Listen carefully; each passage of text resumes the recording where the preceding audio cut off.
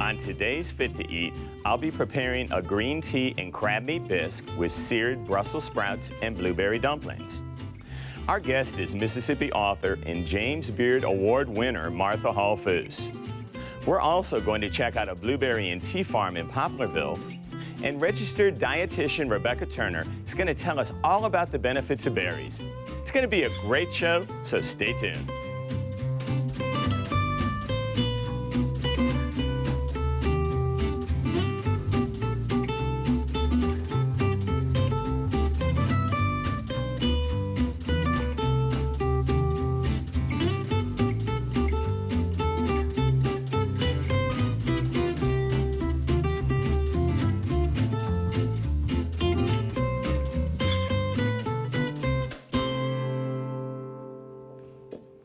Welcome back to Fit to Eat. I'm your host, Rob Stinson.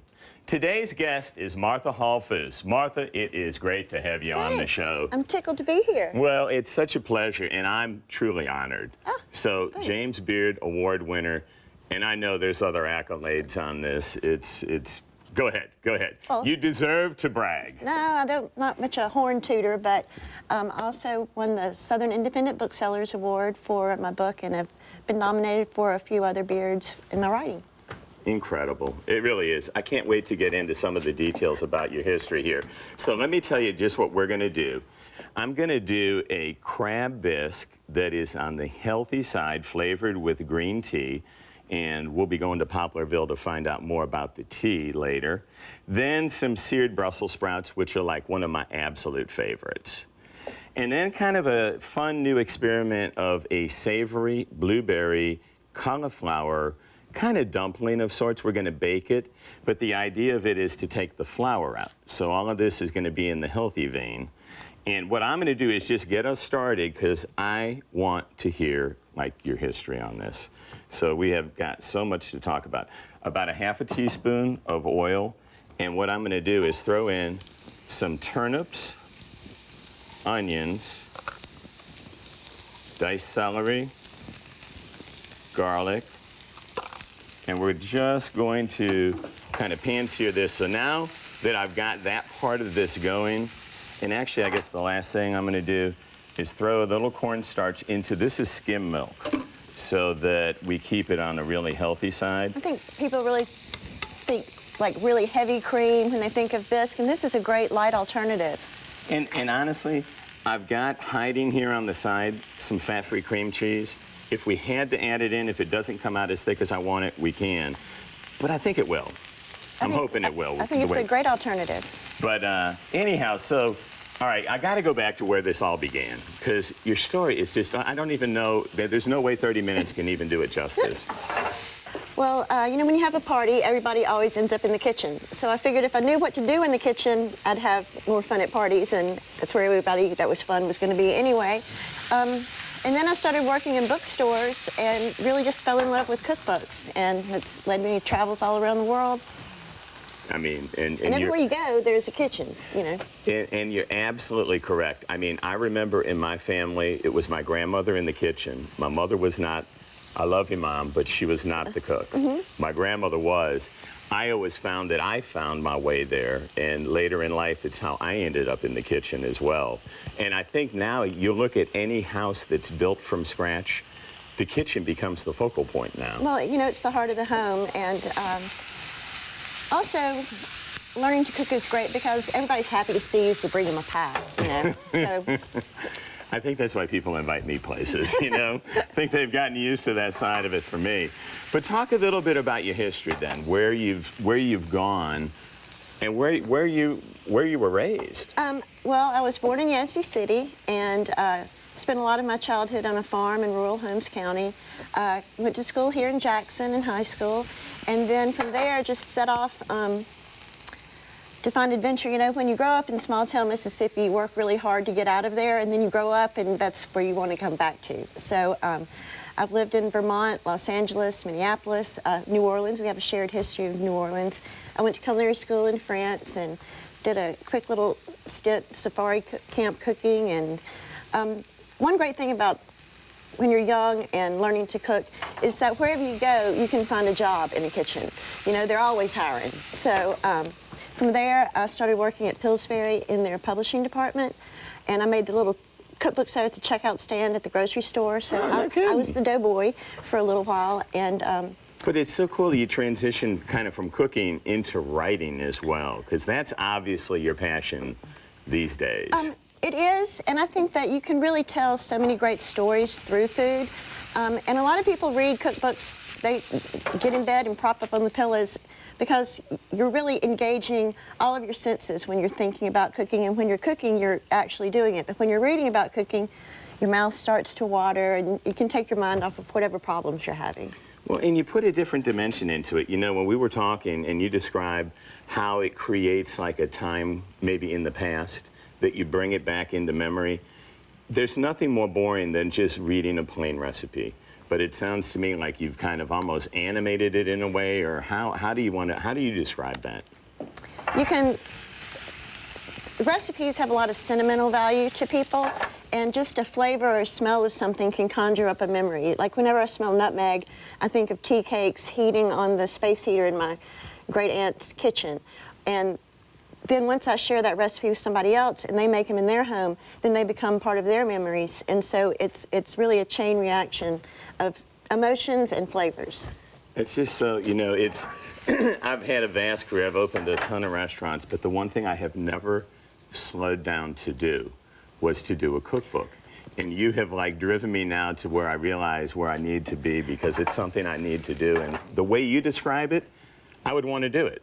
Well, there's a lot different. of tedious work that goes into writing cookbooks, a lot of recipe testing, because you want everyone to have a positive experience like you do on your show, because the more people know about their food, the happier they are and more entertaining, and you get some good, you know, cocktail party tidbits like, oh, did you know that blueberries have, you know, these attributes? Right. And so the more you know, the happier you are. Well, I think it sounds great. I think we're at a point where I've got this kind of brown onions, nice and translucent. Should be some great flavors. I'm gonna go ahead and add the cold skim milk that has the cornstarch to it. And I'm gonna turn that heat down just a little bit. And then here's the fun part. We're gonna go to JD Farms, which they actually raise and do their own tea. And I'm gonna put this tea bag in, and that's their variety of green tea. What we're gonna do is take this off the heat and let that sit. But I think it'll come out just fine. So talk about your latest book. What's your latest passion? I've got a new book coming out in the spring with Chronicle Books out of San Francisco. It's called A Good Meal is Hard to Find. And it has little fictional head notes about an imaginary community.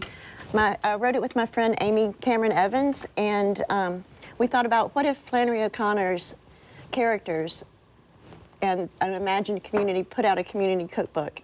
So they're quirky little stories and paintings by the wildly talented Amy Cameron Evans. Oh, wow. So They go along in the book. So cool. that's an exciting new project. That sounds And fantastic. I'm doing a second book with Chef Asha Gomez out of Atlanta.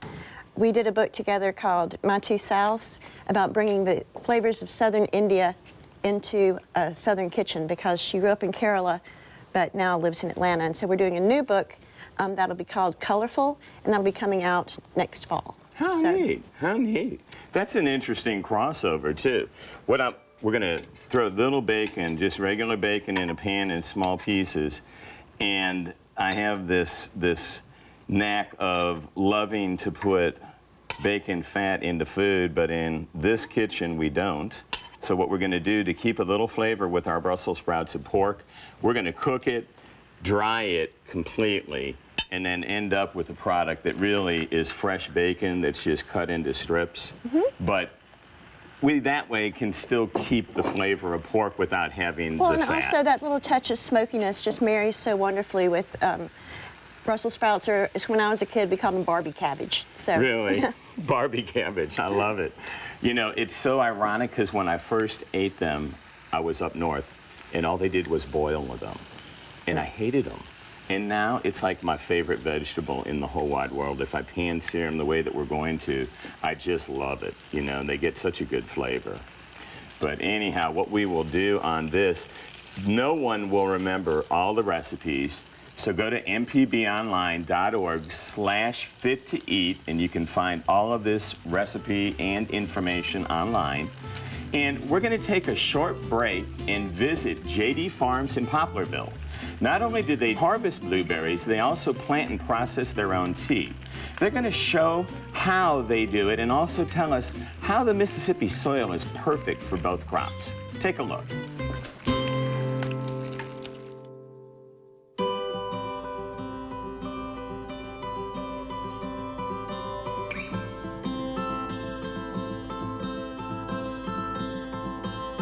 We both had lived in big cities. We were ready to go somewhere a little more quiet.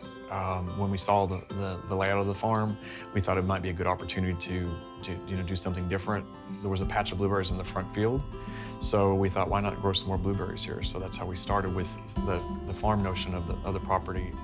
Felder Rushing, the Gestalt gardener, had a show on MPB. Felder just made a mention. He goes, by the way, did you know that all tea comes from a camellia bush? And I was down at the greenhouse potting plants doing some blueberry stuff, and I said, that's interesting. So we decided that because we had the prevalence of those bushes that did well in this region, we got 250 plants from Charleston, and then we put those in our greenhouses, and then from there into raised beds and then out in the field. And every year is a little bit different because of the humidity, the weather conditions, how the leaf is processed, what time of the day you harvest, how much you dry it. And then we have a few other young people that are learning the trade and learning how to process tea. William, he came out here, his first job was picking blueberries. So we'll go ahead and take this inside, and I'm gonna go ahead and throw it onto the next machine. And this is gonna be the pulverizer, that's what I call it. Like this step right here, I mean, every step changes the flavor and character of the tea. If you feel this right now, it almost feels like leather, you know? It's a certain texture that I look for to get that consistent black tea.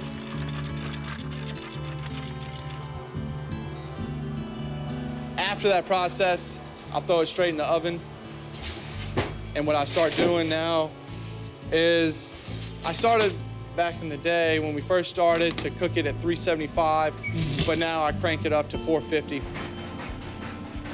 So this machine actually chops it, gets the leaves, and then we'll leave the stems behind, you know, and then that'll leave me a faster time to separate. You know, tea is an art and a craft. You have to learn how to do it. It takes a long time to perfect a craft. William has done a very good job learning how to do that. All that tea shrinks down to something very small in the end. So because it takes a lot of tea to get that product done. So tea, I think, a lot like a vineyard, perhaps. You know, when you make wine, it's every batch may be a little bit different based on those things. We do the black tea. We do a couple of flavored teas and the green tea. We started making blueberry black tea using our blueberries. It is product homegrown, 100% ours. It's not imported. It's right here from our farm, and it's uniquely genuine Mississippi product. All right, guys, welcome back to Fit to Eat. If you're just joining us, Martha Hall Foose and I are right in the middle of preparing today's recipe. So how do you think we're doing over here? I think it smells wonderful, and I think it's thick enough that we're not going to need to add any additional, like, low-fat cream cheese or anything like that. And the tea has really started infusing that really creamy mixture, and it's got a nice, like, herbaceous kind of flavor and smell coming off of it. I think this is going to be a champ of a dish. And something I don't think most people would even think about doing, so something a little unusual. You know, it's great that Mississippi has, you know, one of the few tea farms in the country. I know there's one in South Carolina, but to have one right here in Mississippi is wonderful. I know, huh? Wasn't that neat? It was great to see it. All right, so what I'm going to do is start preparing, and actually, before we go any further, how about I get you to add in our crab meat? And this is some beautiful, let's talk about this. Guys, when you're in the store, think about where you're getting the seafood from. Make sure it's domestic product. One, it supports all of our local fishermen.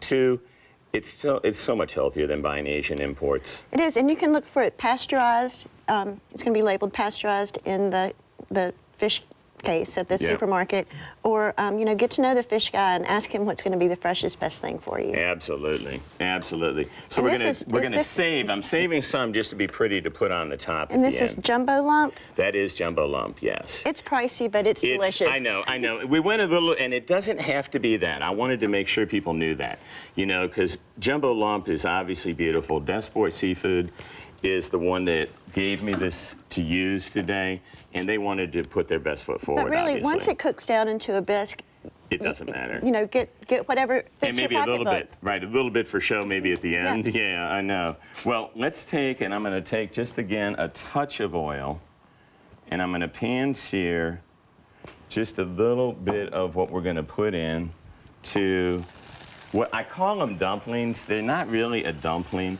This is a blend of garlic, onion, and just a touch of white pepper in there. I love white pepper. It's got such a sharpness to it. I know, I love the flavor compared to black pepper, and all we're gonna do is just kind of open up the flavor a little bit in this. I don't want to get it to the point where it's brown because it's gonna be baking, but this will be the base. Now, what I have done is taken and pulverized some cauliflower, and it almost becomes like flour-like, if you would. So we're gonna put that into the bowl, and they can do that in their own blender at home. It's so easy just to take it and put it on pulverize on a blender. And also you can buy riced cauliflower in the freezer section and the produce section already prepared. If Yep. you're running late, no need to worry about it. Yeah, and I tell you, it's easy once once you get started in the kitchen doing something like it, it's really not hard. And it's one of those things that it's a good like Sunday afternoon project. Go ahead and prep some, bag it up, put it in the freezer. You know, rainy afternoon, you can get a lot of mileage and you'll thank yourself later. I know, and I try to do it with everything. You know, if we've got julienne, bell pepper, onion, you can take that and keep it. If you do it all at one time, you mess up the kitchen once, you bag it, and it really does hold. It holds so well. All right, so what I've done now, we've got some beautiful fresh blueberries. Just mixing this together. We're gonna throw in some egg whites, trying to keep it healthy, not really putting in whole egg. So that egg white's going to bind it all together, and that's going to help form your dumplings. Yeah, it'll really take shape and just kind of bake in the oven. This one, when we put in, I think we'll keep it nice and simple. So let's talk about screened doors and tea. Sweet tea. Sweet tea? Yep. All right. That was my first book. I wrote it about 10 years ago, and knock on wood, it'll continue to sell. It was really a love letter to the state of Mississippi. And then my second book, A Southerly Course, I wanted to take some of those iconic Southern ingredients like you use on the show, sweet potatoes and a lot of the bounty of produce that we have here in Mississippi, but give sort of more modern takes on some classic dishes. And I just really love sharing the stories of Mississippi through food. You know, and people don't realize what a wealth of food we have in Mississippi. I mean, a lot of the country buys chicken from here, buys seafood from here, buys produce from here. You know, Vardaman, I mean, we were joking before. I mean, truly the sweet potato capital of the country. I did a piece for America, the cookbook, that came out 2 years ago, which was a collaboration of 50 chefs and 50 food writers, and wrote a little essay about Mississippi and how we're prone to declaring any municipality can be the capital of something, but we've got the seafood capital, the sweet potato capital, the Tomatoopolis of Mississippi. Tomatoopolis. The Tomatoopolis. Now, I love that word. That's crazy, but you know, people don't realize, and it's true, the kind of production that we have, and a lot of it goes elsewhere. You know, it really does. All right, I'm going to take these now and just place those in the oven. And what temp are those going? These are going in at 400 degrees. They're going to cook about 12 to 15 minutes. And it's easy that way because they put it in and you kind of just are finished with what you needed to do, you know, and it keeps it simple. And you could prep those ahead of time if you were going to do this for a dinner party. Oh, it's so easy. And you can actually pre-bake them to the point where all you got to do is put them in the oven to warm them. So all of these recipes are available on mpbonline.org/fit-to-eat, and it makes it simple because I know they're never going to remember them. So let's see, how do we look over here on our bisque? I think it's got a nice thickness to it. It is, and our crab meat is warmed through. And if you'll take the tea bag out at this point, I think we're going to be good for that. It has steeped and done its business. And you have fingers like me, obviously, used to handling hot things, huh? I know. Well, I tell you, to me, one of the most fun parts I remember growing up was watching my grandmother in the kitchen and just amazed by both watching her and her love and the smell and the aroma of the food. When they can figure out how to do smell-o-vision, we'll be in great shape, I think. But I think we've moved along. I've got a little crab meat that I'm saving to garnish this with. We're gonna sear the Brussels sprouts because I do them really hot, really fast. And that's the one thing that people at home can take from this show. It's so easy if they've got stuff prepared ahead to do it quickly. So we're gonna take a quick break and check in with registered dietitian Rebecca Turner. She's got some great info about the health benefits of berries. Take a look.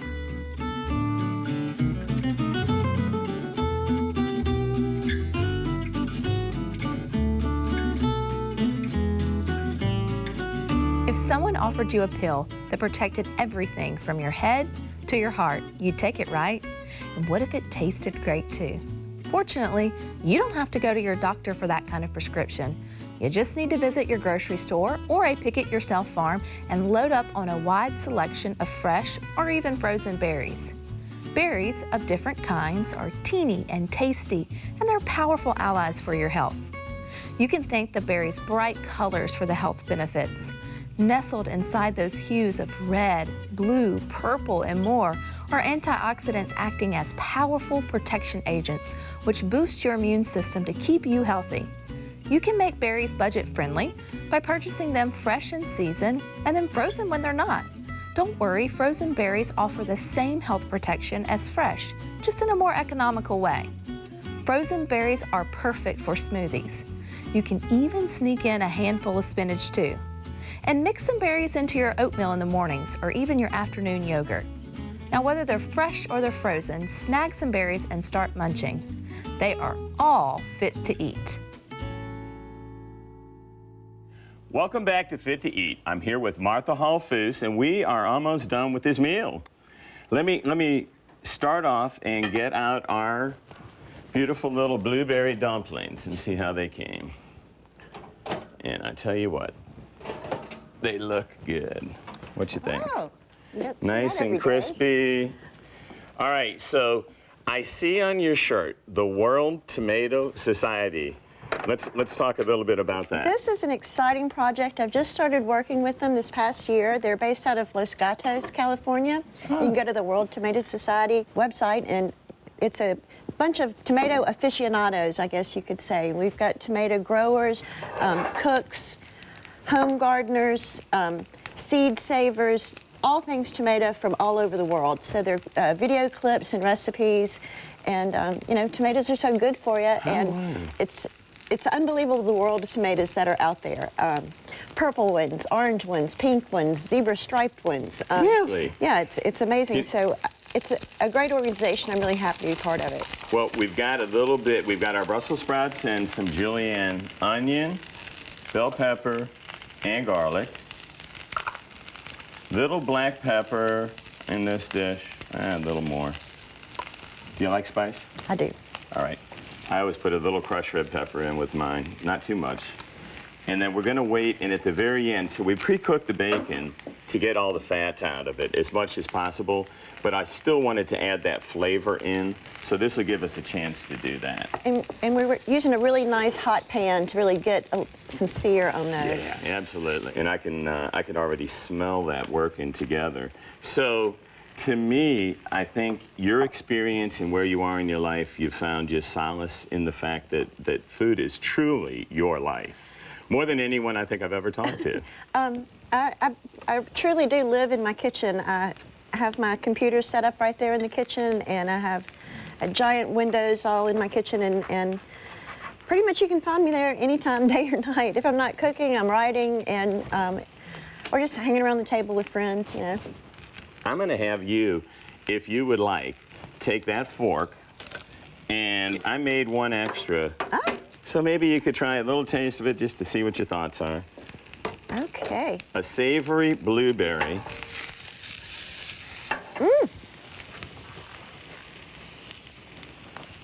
It's really, really good. It's got a great texture. It's light. It's not gummy or cakey. It's really delicious. Thank you. Thank you very. And I tell you what, I take that as an honor coming from you. All right, we're going to finish. I've taken the liberty of putting the bisque in, and then I thought it'd be fun to garnish it with just a little touch of fresh tea. And as we come around, Yeah, they're getting nice and brown. There's little love charred 'em. bits. I, as a child, had only had them boiled, and I hated them. And this way, when they're pan-seared, I absolutely just love them. Who would have thought that Brussels sprouts would be so in vogue these days? I But know, huh? they're exploding. Isn't it incredible? I use them in all of our restaurants, and people, it's something that's really popular now. Where I don't think 15, 20 years ago people would even have thought. If I had said, Rob, you know, Brussels sprouts are going to be all the rage, you'd be Right. like, yeah, Yeah, I'm coming out of it, sure. Martha. Well, I tell you what, let's go ahead. It's nice when they still have a little bit of that crunch. I love them that way. And I can tell you what, I can actually smell that pepper. Want to add our bacon? Yeah, oh, absolutely. Sorry about that. Thank It's you not very much, but, you know, you got to Yep. have a little splurge every Yep. now and then. Yep. Well, I tell you what, came out looking really nice. It's beautiful and healthful. Absolutely. I think we're out of time, but I think everything turned out great. I want to thank Martha Hall Foose and the wealth of information you've brought to the show. And if there's anything else on this episode that you'd like to find, go to mpbonline.org/fit-to-eat. And don't forget to follow and like our Facebook page. Until next time, I'm your host, Rob Stinson. Eat well.